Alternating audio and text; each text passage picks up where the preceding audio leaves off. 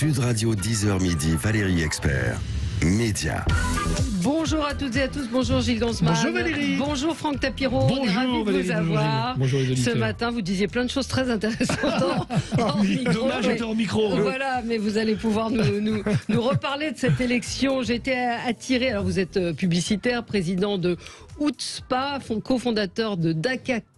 Ah oui, c'est compliqué, Outspa et Datakala. Datakala, président cofondateur d'ACCT, ça vous étiez venu nous en parler, Action Citoyenne, Cohésion, Transmission. Ouais.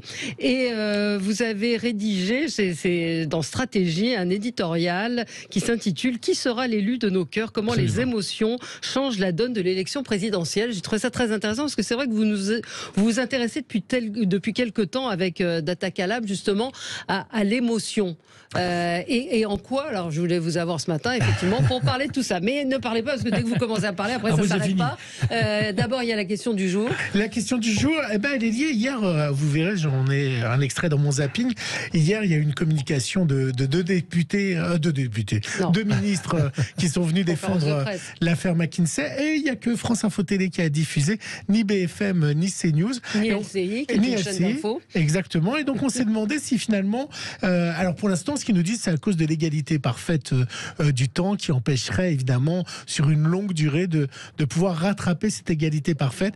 Mais finalement, est-ce que cette mesure de l'égalité parfaite du temps de parole nuit-elle au débat de l'avant-présidentielle? Est-ce que ça empêche les débats? On vous pose la question sur le compte Twitter de Sud Radio. Vous êtes déjà nombreux à voter. Eh ben, vous êtes partagés. Oui, 49%, non 51%. Vous pouvez continuer à voter, y compris sur le site YouTube de Sud Radio, sur ce problème de l'égalité parfaite que vous détestez, Valérie. Ah, je déteste, je trouve que ça tue le débat, il n'y a plus de débat politique, il n'y a plus rien. On est tétanisé par ces point de suspension de temps de parole et j'étais sidérée de voir qu'aucune chaîne ne retransmettait la conférence de presse. Ce sont des ministres qui sont en train d'expliquer, de s'exprimer sur un problème fondamental, et il n'y a pas de diffusion parce qu'on a peur des temps de parole. Enfin, c'est aberrant. Il n'y a pas de diffusion, il n'y a pas de campagne, il n'y a pas de baston, il n'y a pas d'émotion. On va y revenir très vite.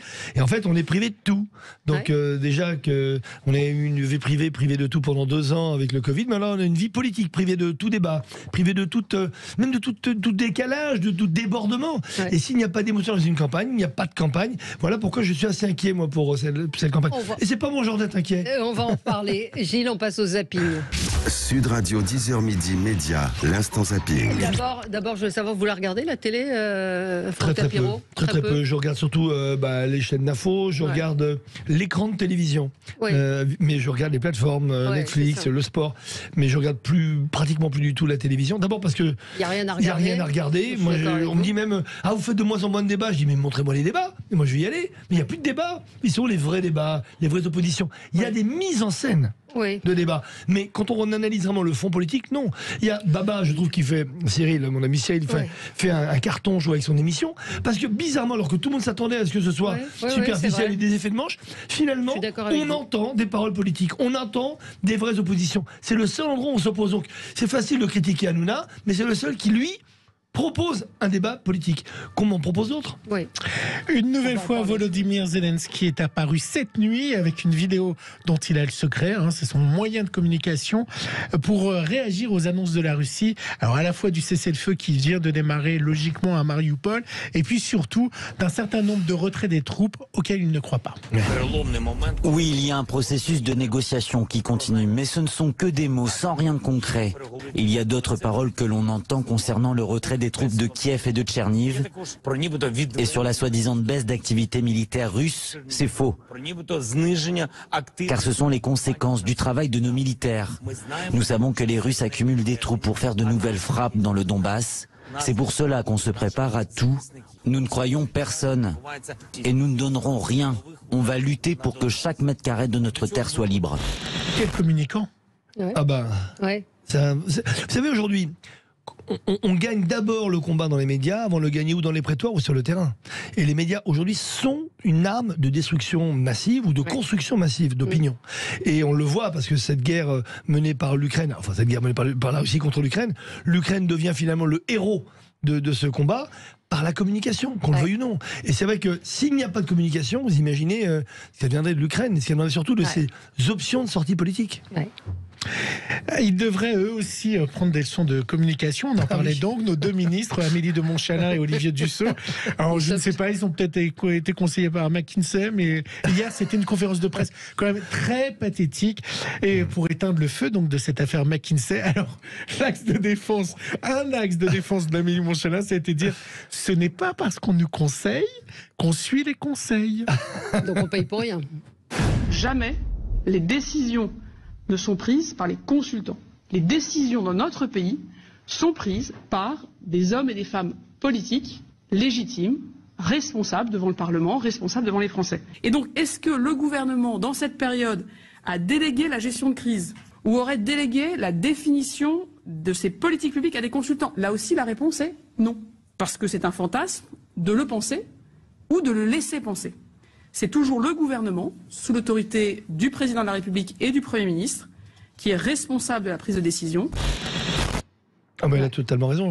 Moi qui suis consultant en conseil en créativité, conseil en communication, en stratégie, je peux vous dire que ce serait extraordinaire si tous nos clients suivaient nos conseils. Il y a conseiller et suivre les conseils.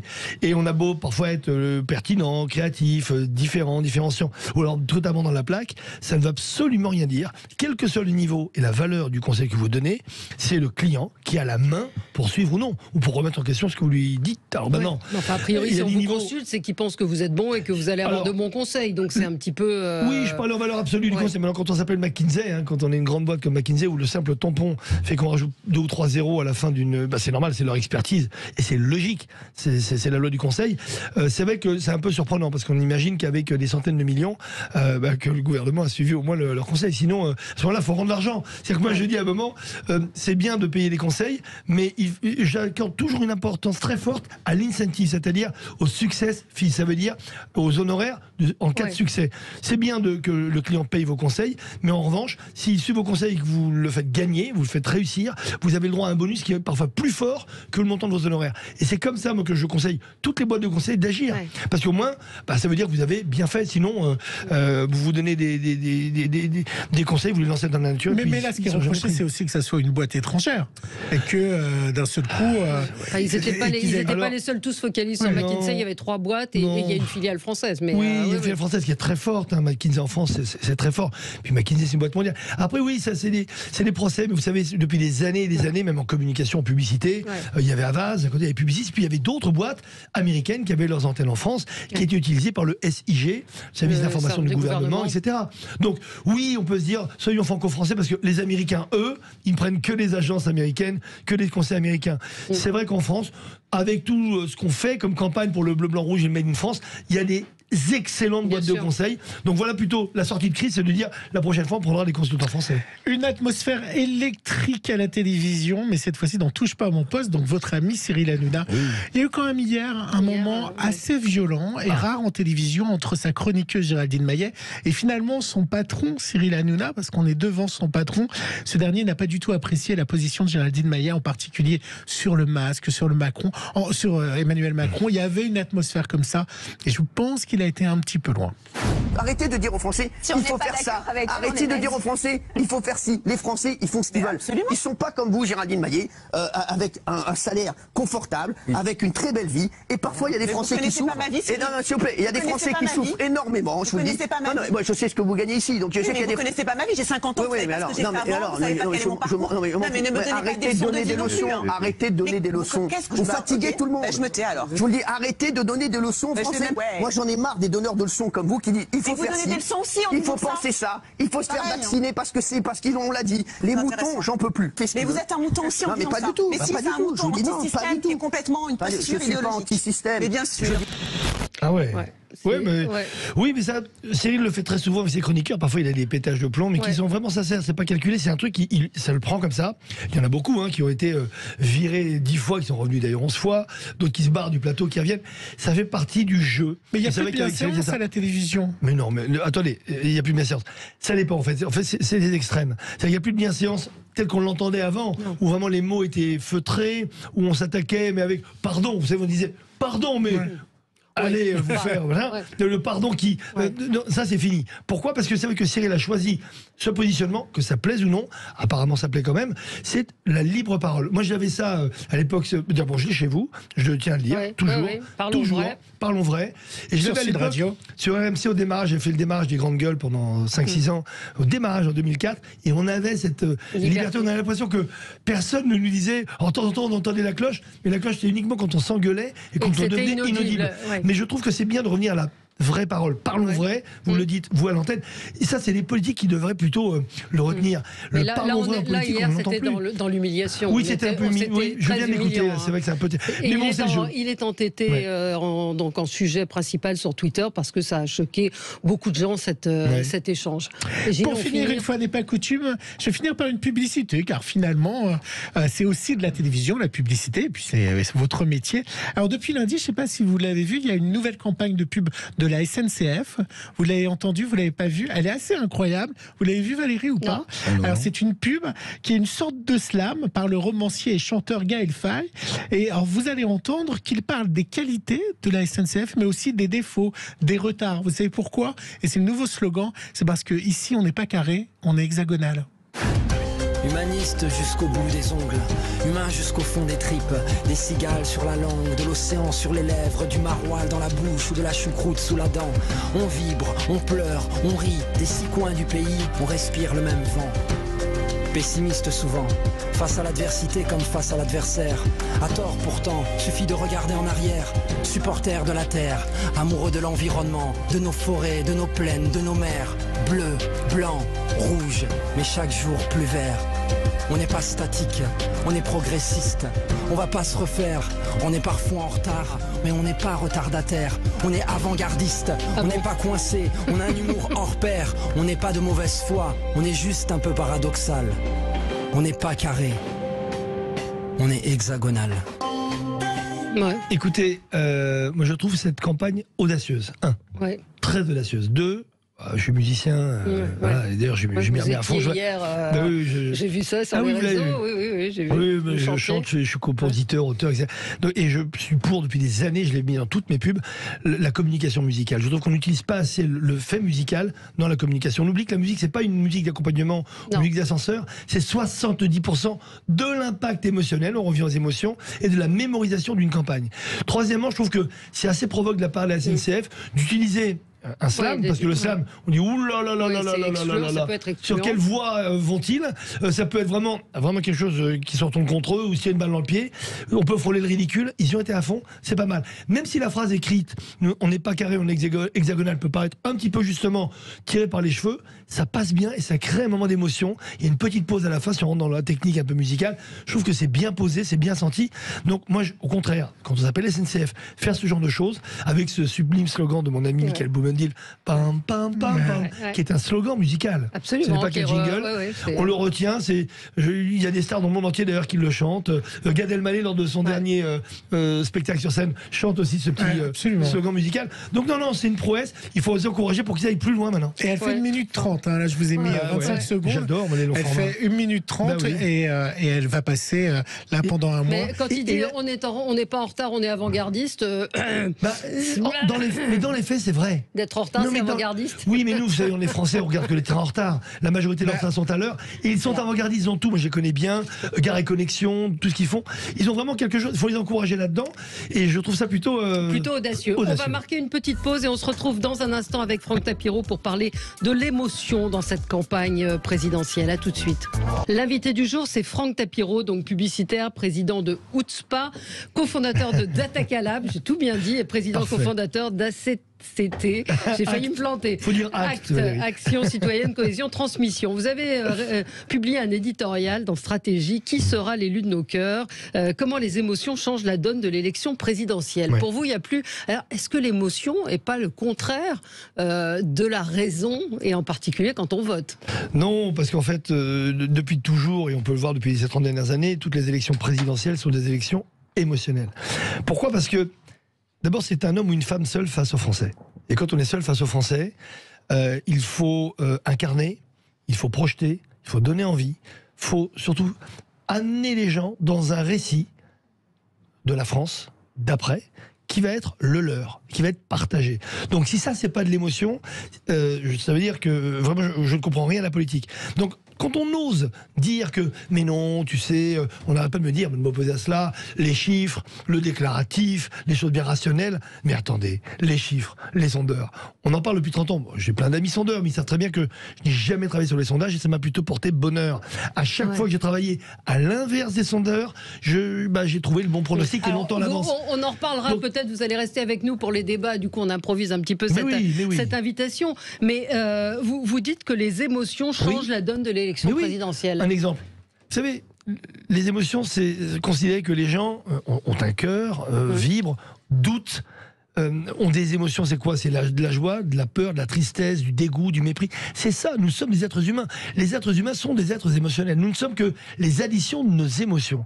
Et c'est quoi une émotion? C'est, vous savez, une information que votre cerveau envoie à votre corps pour réagir à un événement extérieur. Et en politique, c'est incroyable, c'est que tous les grands moments de la politique, que ce soit la victoire de François Mitterrand en 81, la victoire de Nicolas Sarkozy bien avant 2007, parce qu'on savait qu'il avait gagné 2 ans avant, et celle d'Emmanuel Macron, puisque j'étais un des seuls à dire en janvier 2016 qu'il allait gagner. Pourquoi? Parce que je sentais cette vibration émotionnelle autour d'une personne qui allait rencontrer une vibration d'un pays entier. Donc on ne parle pas de rationnel. Pourquoi on ne parle pas de rationnel? Un exemple, le déclaratif. Tout le monde dit, ah mais regardez, on a écouté les Français. Mais depuis quand les gens disent tout ce qu'ils pensent? Depuis quand le déclaratif dit tout? Depuis quand vous dites exactement ce que vous ressentez? Dieu merci que non. Quand on vous demande ce que vous pensez, ce que vous ressentez, en fonction de votre interlocuteur, en fonction du moment, en fonction de la situation, vous allez répondre non pas à côté, mais vous allez protéger votre vérité à vous. C'est ça les émotions. Et il faut savoir écouter ce que les gens ne disent pas, ce qu'ils ressentent et ce qu'ils n'ont pas exprimé. Ce qu'on disait à l'époque, le fameux delta d'erreur, quand les gens disaient avec Jean-Marie Le Pen, oh non, je ne vote pas pour lui, en fait ils n'osaient pas le dire, mais les émotions le disaient. Oui, ce qui s'est passé avec Chirac face à Balladur, c'est l'émotion qui l'a remporté, parce qu'on trouvait Chirac sympathique et que Balladur, on le trouvait vieux et on n'avait pas d'empathie. Mais est-ce que ça peut appuyer sur le vote? Par exemple, moi je trouve Roussel super cool, super sympa et plutôt de la bonhomie, mais je suis pas sûr d'avoir envie de voter pour lui. Vous pensez que ça peut influencer ça? Mais regardez, oubliez les chiffres des sondages parce que je m'y intéresse pas, mais regardez l'appel que provoque Roussel dans les médias depuis 2-3 mois. Il était quasi inconnu, puis il est communiste.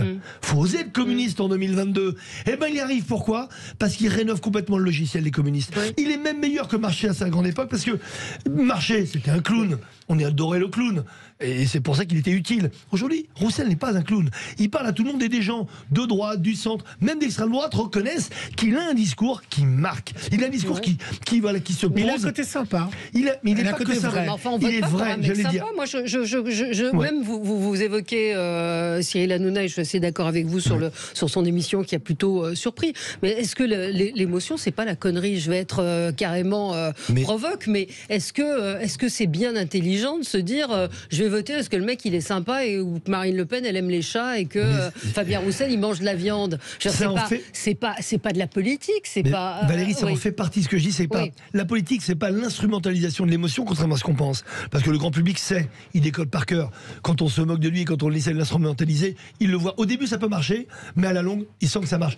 Ça fait partie de quoi? Mais nous, êtres vivants, on peut être très intelligent et être très très con en même temps. Et c'est de l'émotion. On peut avoir des réactions très intelligentes dans un débat et juste après sortir une énorme connerie, ça m'arrive. Ça arrive sur le plateau, ça arrive tout le temps. Donc ça fait partie de l'humain. C'est ça que je veux dire. Quand on considère l'humain dans son ensemble, on considère beaucoup plus ce qu'il est, ce qu'il ressent et surtout ce à quoi il aspire. Je peux vous dire que pourquoi, on en avait parlé ici, je me rappelle, en 2016, quand j'avais dit, bah oui, Macron sera président, pour moi, en janvier 2016, je me rappelle, on m'a dit, mais tu es fou, mais comment tu peux dire un truc pareil? Regarde les sondages, il est même pas entre 1 et 1,5%. C'est les émotions, c'est que je sentais que ce qu'il représentait collait avec la vibration qu'attendaient les Français. Comment on passe on a un président jeune, on fait comme les Canadiens, on fait comme Trudeau, à quelqu'un qui déclenche des haines incroyables? Et comment aucun communicant n'a pu arrêter cette haine de Macron? Comment vous expliquez cette émotion donc de la haine? Alors, vous savez, c'est très très compliqué parce qu'il y a ce qui s'appelle la perception. Et la perception, pour jouer sur la perception, il faut transformer qui vous êtes et les messages que vous émettez. Les gens n'ont pas tort d'avoir une perception. Pourquoi?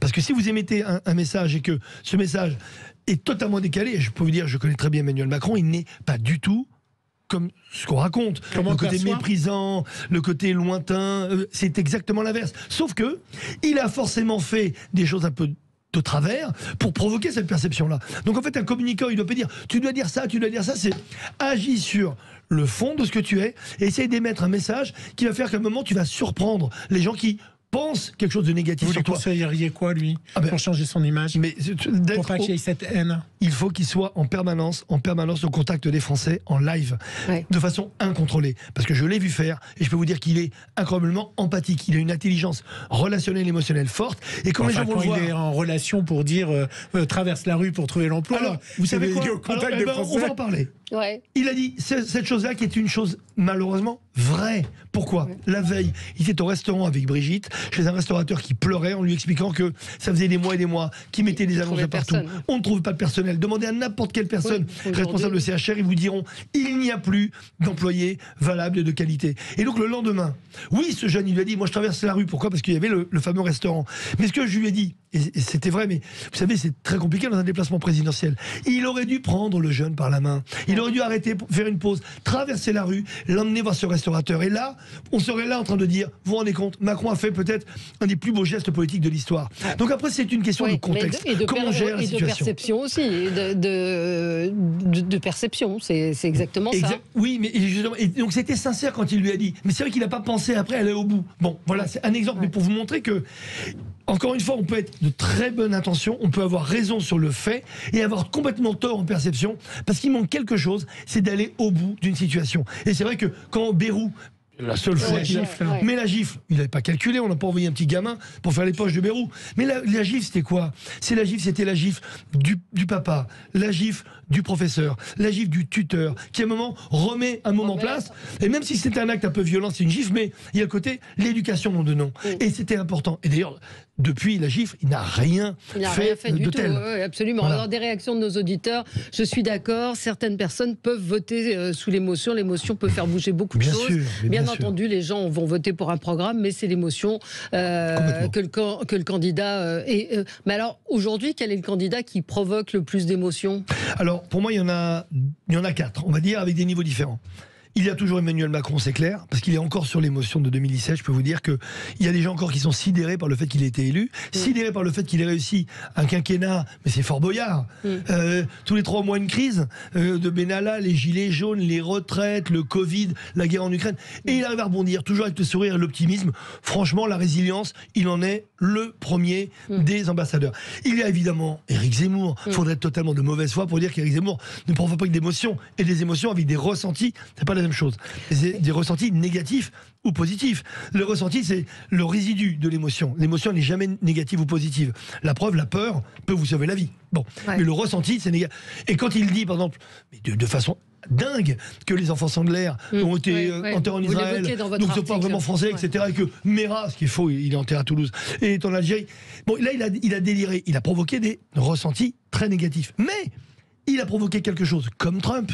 Il n'a laissé personne indifférent. Et c'est ça aujourd'hui. Quand on veut se lancer dans n'importe quel métier, encore plus la politique, il faut briser les barrières de l'indifférence pour monter en notoriété. Troisièmement, Marine Le Pen. Alors moi, Marine Le Pen, pour moi, elle crée peut-être des émotions. C'est-à-dire, je me dévalorise, je me dédiabolise, je me déconstruis.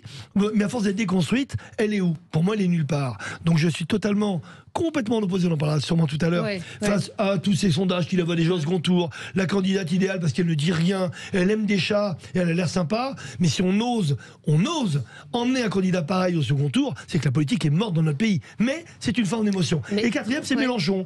Bon, on sait très bien que c'est pas mon ami, mais non, parce qu'il y a 10 niveaux différents. Mais Mélenchon, Valérie Pécresse, elle provoque. Malheureusement, c'est des émotions différentes. C'est l'anti-émotion. Mais oui, parce qu'elle ne fait pas sa campagne aujourd'hui. Et Dieu sait si je l'adore, et Dieu sait si elle a un talent phénoménal. Il suffit de voir ce qu'elle a fait en Ile-de-France. Elle a fait un boulot phénoménal. Mais dans cette campagne, elle est, je crois, cornaquée par plein de gens autour d'elle qui l'empêchent d'être elle-même. C'est ça le problème émotionnel de Valérie Pécresse aujourd'hui. Elle fait la campagne des autres, elle ne fait pas la sienne. Alors que c'est une fille formidable, je le dis, et je la connais depuis 20 ans, et je peux vous dire qu'elle a un talent incroyable. Et tous ceux et celles qui ont travaillé avec elle vous diront la même chose. Maintenant, une campagne présidentielle, c'est autre chose. C'est cette dimension justement émotionnelle qui fait que vous vous transcendez. Vous parlez non seulement à votre camp, comme au premier tour, et après vous allez parler à tous les Français. Et vous allez parler à des Français qui, a priori, vous détestent parfois. A priori, sont à l'opposé. Donc on voit bien que si vous n'avez pas justement un arsenal émotionnel fort pour toucher les gens, même quand ils ne vous aiment pas, on ne vous écoute pas et on ne vote pas pour vous. Donc la démonstration est faite que les élections présidentielles sont des élections émotionnelles. On en reparlera certainement avec vous, puisque vous allez rester avec nous pour les débats. Franck Tapiro, qui sera l'élu de nos cœurs, c'est à lire dans Stratégie. Et vous avez posté l'article sur votre Facebook et sur vos comptes, sur vos réseaux sociaux et Instagram, si vous voulez lire cet article tout à fait intéressant. Merci beaucoup. On se retrouve tout de suite avec Ronan Folgoas pour parler du mystère jubilaire. À tout de suite. Sud Radio. Parlons vrai. Parlons vrai. Sud Radio. Sud Radio. Parlons vrai. Parlons vrai. Parlons vrai. Sud Radio. Parlons vrai.